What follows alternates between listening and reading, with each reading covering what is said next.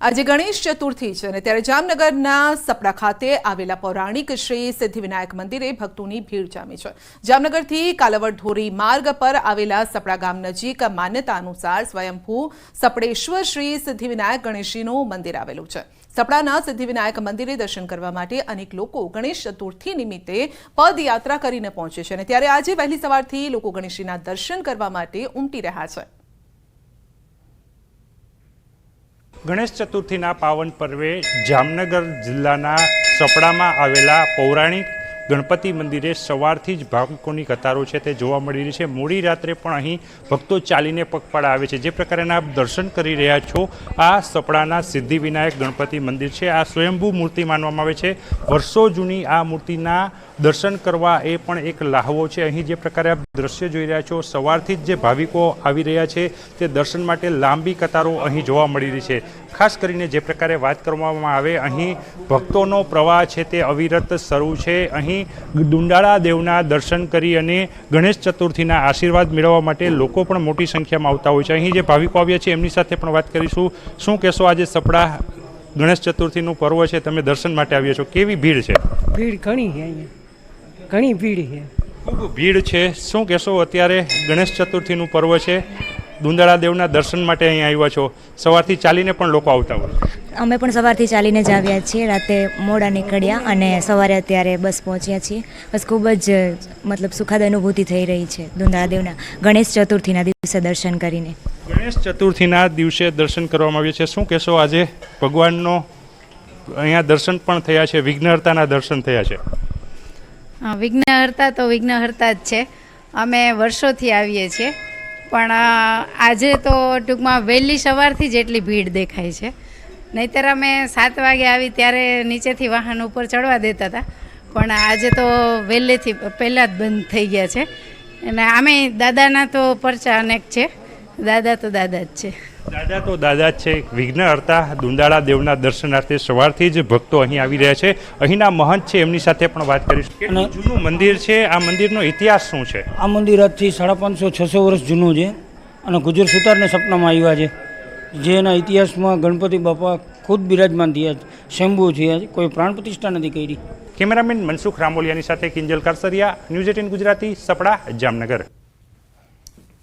રાજ્યમાં ગણેશ ઉત્સવની ધામધૂમથી ઉજવણી થઈ રહી છે અને ત્યારે અમદાવાદમાં રહેતો એક પરિવાર 3 પેઢીઓથી ઇકો ફ્રેન્ડલી મૂર્તિઓ બનાવી રહ્યો છે। વિજયભાઈ નાઈક ત્રીજી પેઢીના કારીગર છે, જે માટીમાંથી ભગવાન ગણેશની મૂર્તિ બનાવે છે। તેમની મૂર્તિઓ પ્લાસ્ટર ઓફ પેરિસથી બનેલી છે। મૂર્તિઓ કરતાં પણ વધુ ટકાઉ તે હોય છે અને આ માટીની મૂર્તિઓ પાણીમાં વિસર્જન કરવાથી તેમાં ભળી જાય છે, જેથી પર્યાવરણની પણ જાળવણી થાય છે। અને આ વર્ષે વિજયભાઈ અને તેમની ટીમે 12 ફૂટ વિશાળ ગણેશજીની મૂર્તિ બનાવી છે। તેને બનાવવામાં લગભગ 20 દિવસનો સમય લાગ્યો છે અને ત્યારે ઇકો ફ્રેન્ડલી અભિયાન હવે વેગવાન બન્યું છે। આ સાથે જ સ્થાનિક કારીગરોને પણ પ્રોત્સાહન મળી રહ્યું છે। एक महीने से मैंने बुकिंग बंद करवाया है, इतना तो काफ़ी लोग मतलब ये मिट्टी के मूर्ति के लिए प्रिपेयर कर रहे हैं। सबसे ज़्यादा फ़ायदा देखो हेल्थ के लिए तो काफ़ी अच्छा है। यहाँ पे मेरे 25 कारीगर होते हैं, तो 25 कारीगर को आज तक मतलब यहाँ पे इस मिट्टी से कोई मतलब दूषित परिणाम नहीं मिला है कि ये मिट्टी पिघल जाती है, जो पानी में बह जाती है। मतलब રાજ્યભરમાં ગણેશોત્સવનો માહોલ જામ્યો છે અને ત્યારે સુરતના કતારગામ વિસ્તારમાં રહેતા એક ડાયમંડ વેપારીએ 500 કરોડના રફ ડાયમંડના શ્રીજીની સ્થાપના કરી છે। તો પાંડવ પરિવારે આ અનોખી મૂર્તિનું ઘરમાં સ્થાપન કર્યું છે। ઘરના મોભી રાજેશભાઈને 18 વર્ષ અગાઉ રફ ડાયમંડને કાપતા તેમાંથી શ્રીજીના આકાર ધરાવતી આ પ્રતિમા નીકળી હતી અને તે સમયથી તેઓ આ પ્રતિમા પોતાના ઘરમાં રાખે છે। દર વર્ષે ગણેશ ચતુર્થીના દિવસે દરમિયાન તેઓ પ્રતિમાની ઘરમાં સ્થાપના કરે છે। રાજેશભાઈ પાસે રહેલી આ રફ ડાયમંડયુક્ત શ્રીજીની પ્રતિમાની બજાર કિંમત 500 કરોડ જેટલી છે।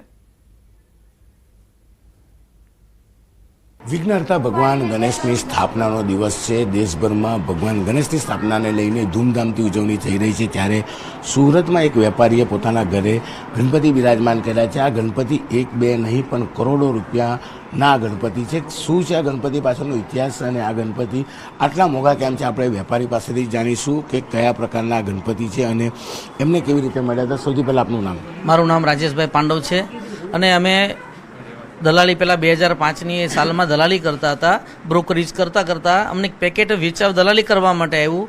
તો એની એ પેકેટ મોટું હતું, એની અંદર એક ગણેશના આકૃતિમાં અમને હીરો દેખાયો કે અમને થયું કે ભાઈ આ હીરો ગણપતિના આકારનો. અમે ઘરે લાવ્યો પેકેટ લાવીને બતાવ્યું બધાને કે જો આ ગણપતિ આકારના આવ્યો. તો બધાને એવું થયું કે આપણા ગણપતિ પૂજા કરવા માટે લઈ લઈએ. તો પછી અમે એક હીરો અમારી ફંડ એકત્રિત કરી અને પછી અમે ખરીદી કર્યો. પછી એને આપણે ઇન્ડિયન ડાયમંડ ઇન્સ્ટિટ્યૂટની અંદર થોડાક સમય પછી અમે એને પ્રમાણિત કરાવ્યો, વેરીફાઈ કરાવ્યો. તો વેરીફાઈની અંદર અનમાઉન્ટેડ એટલે કે આ પીસને કોઈ મેનમેડમાં કોઈ વસ્તુ કરેલી નથી અને નેચરલી છે. અને પ્લસ આ હીરો એક જમણી સૂંઢના ગણપતિ આકારનો કમ્પ્લીટ છે, જમણી સૂંઢના છે અને પાછો ટ્રાન્સપરન્ટ પીસ છે. ગણપતિ જમણી સૂંઢના છે. અન્ય છે બેટા, આપનું નામ? વૈદેહી. વિજય, શું કહેશો ગણપતિને લઈને?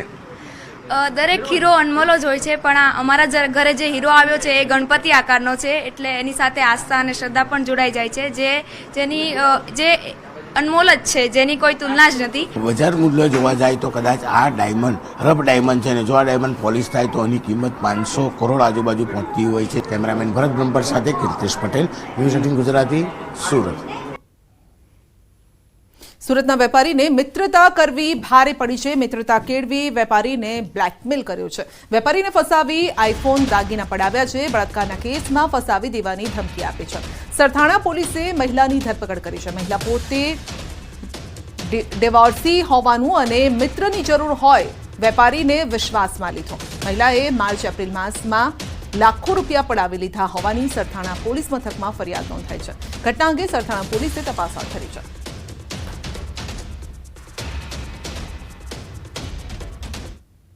ખરાબ રસ્તા અને વારંવાર પડતા ભૂવાઓના કારણે અમદાવાદ વાસીઓ ત્રાહિમામ પોકારી ઉઠ્યા છે. ભૂવો અને રસ્તા પર પડેલા ખાડાના કારણે પારસનગર વિસ્તારમાં છેલ્લા 7 દિવસથી ટ્રાફિક જામ થાય છે. સૌથી મોટી વાત તો એ છે કે 7 દિવસ પહેલા પડેલા ભૂવાનું 2 દિવસ પહેલા જ કામ શરૂ થયું અને આ તંત્રની બેદરકારી પર સ્થાનિક લોકો અનેક સવાલ ઉઠાવી રહ્યા છે. સ્થાનિક લોકો તો ત્યાં સુધી કહી રહ્યા છે કે પહેલા નાનો ભૂવો પડ્યો હતો અને તે તંત્રને નજરે ન આવ્યો અને તે જ ભૂવાઓ મોટું સ્વરૂપ ધારણ કરે છે. ટ્રાફિકના કારણે 1-2 મિનિટના રસ્તા પર 15 થી 20 મિનિટ જેટલો સમય લાગે છે. ભૂવાને કારણે અત્યારે રાત દિવસ પરેશાની છે. ટ્રાફિક એટલો થઈ જાય છે, વચ્ચે BRTS રોડ છે એટલે મોટા વાહનોને જવામાં બહુ તકલીફ છે. અમે અહીંયા ગોકુલ એપાર્ટમેન્ટમાં જ રહીએ છીએ. 1 મિનિટ થાય રસ્તો ક્રોસ કરતા વ્હીકલ સાથે, 2 વ્હીલરમાં કે 4 વ્હીલરમાં, પણ અત્યારે ઓછામાં ઓછી 15 થી 20 મિનિટ અમારી થઈ જાય છે. ગોકુલ એપાર્ટમેન્ટમાં જ રહું છું. છેલ્લા અઠવાડિયાથી આ ભૂવો પડ્યો છે, પણ લગભગ મને આગળના ક્રોસિંગથી અને અહીંયા મારા એપાર્ટમેન્ટ સુધી આવતા મને લગભગ 15 થી 20 મિનિટ થઈ જાય છે.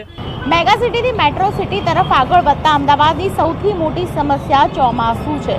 ચોમાસાના સમયમાં રસ્તા પર ભૂવા પડવાના સિલસિલા યથાવત છે અને છેલ્લા ઘણા સમયથી કામ ન થયું હોવાને કારણે પરેશાન જનતા છે. મારી પાછળ આપ જોઈ રહ્યા છો આ જનતા છે કે જે ટ્રાફિકમાં પરેશાન થઈ રહી છે. ગણેશ ચતુર્થીનો અવસર છે અને આજે રજાના માહોલ વચ્ચે ખાસ કરીને ટ્રાફિક સૌથી વધારે જોવા મળી રહ્યું છે અને તેની પાછળનું કારણ ભૂવો છે. છેલ્લા 7 દિવસથી ભૂવાનું કામકાજ ન થયું હોવાને કારણે લોકો પરેશાન થતા જોવા મળી રહ્યા છે. અત્યારે તો સવારનો સમય છે, રજાનો દિવસ છે, પરંતુ સાંજના 7 વાગ્યા બાદ સૌથી વધારે ટ્રાફિક આ વિસ્તારમાં થતો હોય છે. રસ્તાઓ ખરાબ છે અને બીજી તરફ ભૂવાનું સમારકામ જલ્દીમાં જલ્દી ન થતું હોવાને કારણે ટ્રાફિકને કારણે પણ ખાસ તહેવારનો સમય છે, સૌથી વધારે લોકોનો બગડી રહ્યો છે. કેમેરામેન ગંગા રાઠોડ સાથે દીપિકા કુમાર, ન્યૂઝ 18 ગુજરાતી, અમદાવાદ. અત્યારે પારસનગરમાં પણ 500 મીટરના અંતરે જ પડેલા બીજા ભૂવાનું હજુ પણ સમારકામ પૂર્ણ નથી થયું. 15 દિવસ જેટલો સમય થતાં પાલિકાનું કોઈ એક્શન નથી. પારસનગરમાં ગુજરાત હાઉસિંગની રીડેવલપમેન્ટ સ્કીમ પાસે ભૂવો પડ્યો છે. ભૂવો પડતા બંને બાજુ પતરા મારી રોડ બંધ કરી દેવાતા સ્થાનિકોને હાલાકી પડી રહી છે. આસપાસની 7 સોસાયટીના 8000થી પણ વધુ લોકોને હાલાકી ભોગવવાનો વારો આવ્યો છે.